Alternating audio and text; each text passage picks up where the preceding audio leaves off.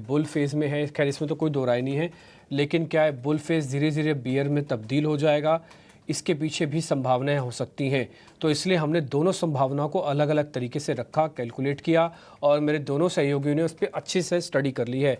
अब आप उन्हीं दोनों सहयोगियों को सुनेंगे भी, समझेंगे भी, अपने अपने तर्क रखेंगे बुल वर्सेस बियर के अंदर, और आपको एक निष्कर्ष लेना होगा कि इसमें से कौन से ज़्यादा अच्छे तर्क दे रहा है और क्या उस तरह से बाज़ार चलेगा। उसमें हमारे मेहमान भी सुन रहे होंगे, हम भी सुन रहे होंगे।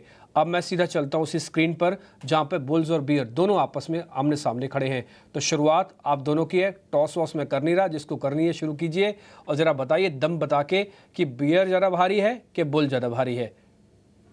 देखिए डिम्पी, मार्केट अगर आप देखेंगे तो लाइफ हाई के आसपास ही ट्रेड कर रहे हैं, तो जाहिर सी बात है बुल से सबसे ज़्यादा हावी है और मैं मार्केट पे सबसे ज़्यादा बुलिश हूँ। अगर आप देखेंगे तो देखिए मार्केट तेज़ी में था, तेज़ी में है और तेज़ी में ही रहेगा, क्योंकि काफ़ी सारे फैक्टर्स हैं जो कि मार्केट को तेज़ी में रख रहे हैं। एक तो हमारे लोकल फैक्टर्स है जो कि सबसे ज़्यादा सपोर्ट कर रहे हैं। इसके अलावा अगर आप देखेंगे तो ग्लोबल फैक्टर्स भी मार्केट को काफ़ी सपोर्ट कर रहे हैं, यानी कि हमारा मार्केट बेसिकली ग्लोकल चल रहा है, ग्लोबल प्लस लोकल। और सिर्फ हमारे मार्केट नहीं बल्कि दुनिया भर के बाजार अगर आप देखेंगे तो लाइफ हाई के आसपास ही ट्रेड कर रहे हैं। तो सिर्फ हमारा बाजार नहीं बल्कि ट्रेंड अगर आप देखेंगे तो दुनिया भर के बाजार में केवल तेजी का है। लेकिन वरुण, एक चीज़ और मैं बताऊंगा कि जियोपॉलिटिकल टेंशन्स बहुत हो रहे हैं। ऑफ कोर्स आपने कहा कि मार्केट्स अपने हाई लेवल्स पे जा रहे हैं, इसका मतलब वैल्यूएशंस भी अपने हाई लेवल्स पे होंगे, तो ये कॉज ऑफ कंसर्न ज़रूर बनेगा। लेकिन जो हमारी फेवरेट सेगमेंट है, जो ऑफ कोर्स इन्वेस्टर्स को अच्छी लगी थी, वो थी पीएसयू सेगमेंट। यहाँ पे आप ले लीजिए डिफेंस, या ले लीजिए आप ले सकते हैं न्यू एज स्टेट्स में। यहाँ पे जो है थोड़ी करेक्शंस देखने मिली। एक तो वैल्यूएशन स्पेस में करेक्शन हुई है डिफेंस की, और ऑफ कोर्स रेलवे स्टॉक्स जो आजकल चाहिए थे उनमें भी आप देखें तो पिछले 1 से 2 महीने में जो है अच्छी करेक्शन आई है 15 से 20% में बड़े नामों पे। तो पीएसयू जो एक फेवरेट हुआ करता था इन्वेस्टर्स का, अब वहाँ से जो इंटरेस्ट जा रहा है, न्यू एज स्टॉक्स में इंटरेस्ट आ रही है, नई आईपीओज में आ रही है, तो हमें लगता है कि ये एक बेयर पॉइंट ज़रूर होगा। हो सकता है शरद यहाँ पे पोर्टफोलियो चर्निंग देखने मिल रही हो। क्यों? क्योंकि पिछले कुछ दिनों में आईटी चल गया है, तो कोई ना कोई आ जाता है निफ्टी को कहीं ना कहीं सपोर्ट करने में कि चलिए हम आपको धक्का लगाएंगे, और यही हमें देखने मिला। और अब तो देखिए एफआईआईज ने भी अपना मूड बदल लिया है। पिछले 3 दिनों से अगर आप देखेंगे तो एफआईआईज लगातार खरीदारी करते जा रहे हैं, और कहीं ना कहीं पिछले 2 महीने से आप देखिएगा एफआईआईज का मूड जो है अब भारतीय बाजारों पर थोड़ा बहुत चेंज हो रहा है। डीआईएस तो हमारी खरीदारी कर ही रहे थे, विदेशी पैसा भी चेज कर रहा है इंडिया को। जी, आपने तो वो सही कहा, लेकिन अगर वही उस जो एनालिसिस पीरियड है उसको हम थोड़ा बड़ा कर देते हैं, तब वहाँ पे अगर आंकड़े की बात करेंगे एफआईआईज की, तो यहाँ पे 30,000 करोड़ का आउटफ्लोज हुआ है। ये बड़ा एक आउटफ्लो होता है। इसके कारण ऑफ कोर्स जो है अब हमारी जो स्थिति होती है, जो एफआईआईज की स्थिति होती है, वो मार्केट स्टेबिलिटी को भी देखती है। तो हम तो ऑफ कोर्स देख रहे स्टेबिलिटी मार्केट में जरूर है, लेकिन अगले 6 महीने में क्या होगा भारत में, किस तरह इलेक्शंस का, स्टेट इलेक्शंस का क्या रिजल्ट होगा, उसको भी देखा देखिए एफआईआईज वेट कर रहे हैं। और ऑफ कोर्स अगर कोई सोवरेन अपग्रेड रेटिंग नहीं आती है तो थोड़ी सी आउटफ्लोज भी हम देख सकते हैं। तो मेरा कहना है कि एफआईआईज अभी भी लंबे अवधि के लिए 30,000 करोड़ का आउटफ्लो आया है। देखिए शरद, आपने कहा कि अगले 6 महीने में क्या होगा। अगले 6 महीने में एक ही बड़ी चीज़ होने वाली है और वो है रेट कट। फेड का भी रेट कट आने वाला है, और आप देखिएगा उसके बाद आरबीआई किस तरह से रेट कट करता है। और कहीं ना कहीं इसको लेके लोगों के बीच में उत्साह है, क्योंकि पहले हमने देखा था कि लोग कह रहे थे कि शायद आपको यहाँ पे थोड़ा बहुत रिसेशन टाइप एनवायरनमेंट देखने मिलेगा। हो सकता है कि खासकर यूएस के मार्केट्स में इसका इम्पैक्ट होता, तो वहाँ पे बॉन्ड डील में भी आपको काफ़ी उठापटक देखने मिली थी, काफ़ी सारी कंपनियाँ थी जिनकी पिटाई हुई। लेकिन आप देखिए हालात काफ़ी हद तक सुधरते हुए नजर आ रहे हैं। पावेल साहब ने भी अब तो कह दिया है कि हमको तो रेट कट करना ही है, तो वो तो करना ही है। तो जाहिर सी बात है ये एक बड़ा इवेंट होगा अगले 6 महीने में, जिसको वेट एंड वॉच करना है, और शायद इसी का रिफ्लेक्शन है क्योंकि आपको बाजार जो है वो लाइफ हाई पे देखने मिल रहे हैं। जी बिल्कुल, लेकिन रेट कट तो एक बात हुई, लेकिन जियोपॉलिटिकल टेंशंस उसके साथ एक और आती है। चाइना भी एक बड़ा इकोनॉमी है जिसका ऑफकोर्स थोड़ी सी इम्पैक्ट इंडिया में भी देखने मिलती है। तो मैक्रो फैक्टर्स तो है जहाँ पे थोड़ी सी अनबन चलती रहेगी, लेकिन इसके अलावा एक चीज़ इंपॉर्टेंट मैं कहूँगा, Q1 अर्निंग्स मार्केट में सबसे इंपॉर्टेंट होता है। अर्निंग्स, Q1 अर्निंग्स इस बार आए, अर्निंग्स डाउनग्रेड्स हमें देखने मिली। और ओवरऑल देखा जाए तो मिड कैप और लार्ज कैप स्पेस दोनों ही सेगमेंट में जो है अनुमान से कम या मिक्स सेट ऑफ नंबर्स देखने मिले। और एक्सपेक्टेड है, जो रेगुलरली हम लोग ट्रैक करते हैं analysis, Q2 numbers generally light रहते हैं, तो वहाँ पे और वीकनेस नंबर्स देखने मिल सकते हैं। और अगर वैल्यूएशंस ऊपर हैं तो आपको नहीं लगता थोड़ी री रेटिंग हो जाएगी लोअर साइड में?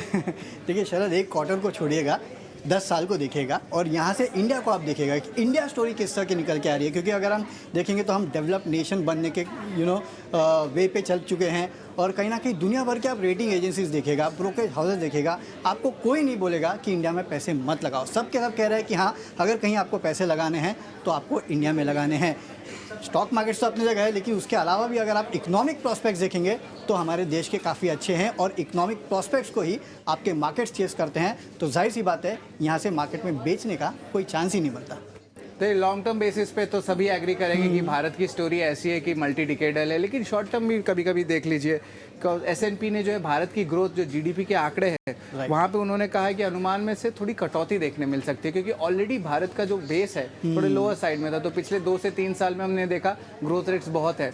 तो आपको नहीं लगता कि ग्रोथ रेट थोड़ी ज़्यादा तेज़ हो रही है और सस्टेन शायद ना कर पाए और हल्के से ही ग्रोथ हो, तो उसके कारण ऑफकोर्स रेटिंग एजेंसीज ने जो है थोड़ी सी रिस्क जरूर दी है। लेकिन वरुण, ओवरऑल जो हमने तो बात तो कर ली, आपको आपने दे दी आपके बुल पॉइंट्स, हमने आपको बेयर पॉइंट्स, लेकिन अभी भी जो है इसका डिसीजन क्या है ये हमें समझ में नहीं आ पा रहा है। शॉर्ट टर्म में कुछ और स्टोरी आ रही है, लॉन्ग टर्म में कुछ और आ रहा है।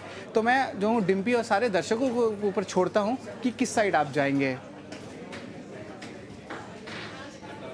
नहीं, देखिए आपने बात अच्छे से रखी है, लेकिन आप मेरे ऊपर ना छोड़िएगा, मैं एक काम थोड़ा और आगे पास ऑन कर देता हूँ, यानी कि एक अपने और लेवल ऊंचे से राजेश पालविया जी को मैं बात करता हूँ, वो जरा मेरे को बताएंगे कि क्या।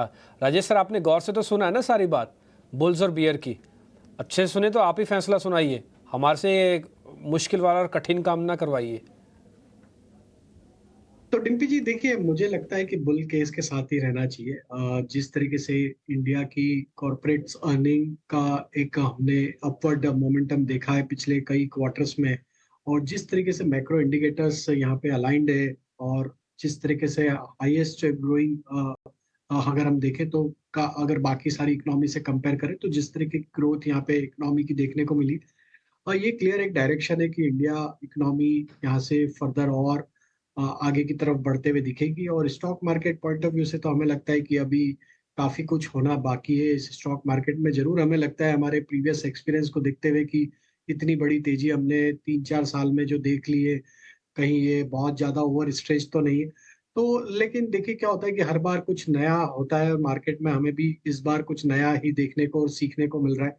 और जिस तरीके के फ्लो और कॉन्फिडेंस यहाँ पे रिटेल पार्टिसिपेंट्स जो की तरफ से देखने को मिला है, और जिस तरीके से रेगुलेटर्स ने भी काफी कुछ जो लूप होल्स थे इस मार्केट को यहाँ से और ट्रांसपेरेंट बनाने के लिए, उसकी तरफ भी काफी कुछ चेंजेस हमने पिछले कुछ सालों में देखा है। तो जो एक वो पुराना हमारे दिमाग में जो चलता था कि कहीं मार्केट में बबल फॉर्मेशन तो नहीं है, ये प्राइस यहाँ पे स्ट्रेच कहीं किसी कार्टेल के द्वारा तो नहीं मैनिपुलेट है, लेकिन वो सारी चीजें अब दिमाग से निकल चुकी है, और ये एक प्योरली फंडामेंटल बैक्ड थीम पे मार्केट बढ़ते हुए दिख रहा है। तो हमें लगता है बुल केस के साथ ही रहना चाहिए। मार्केट में जो टेक्सचर अभी बना हुआ है शॉर्ट टर्म के हिसाब से बाय ऑन डिप्स का, हमें लगता है लॉन्ग टर्म के हिसाब से भी वही टेक्सचर है।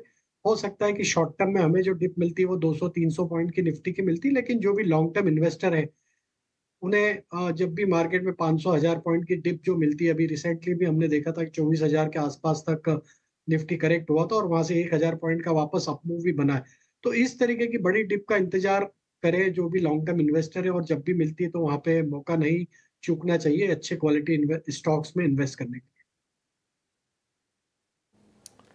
ठीक है, तो बाजार में राजेश जी का तेजी का ही मूड है और बाजार अपनी स्ट्रेंथ को दिखा भी रहा है। आप देखिए, भले ही छोटी छोटी तेजी हो रही है, लेकिन बाजार गिरने के मूड में नहीं है। आज लगातार 9वां सत्र है, 25,000 के ऊपर इंडेक्स निकला है और 25,000 के ऊपर टिकने की भरपूर कोशिश हो रही है। और निफ्टी बैंक को देखेंगे आप, 150 अंक ऊपर ये कारोबार कर रहे हैं। अच्छा, अलग अलग लीडर्स भी उभर के आ रहे हैं। कभी बैंकों में तेजी हो रही है, कभी हम देख रहे हैं कि मेटल चल रहे हैं, कभी इंश्योरेंस वाले शेयर चल रहे हैं। इसके अलावा एग्रो केमिकल फर्टिलाइजर, वो स्पेस भी पूरा का पूरा बजिंग है।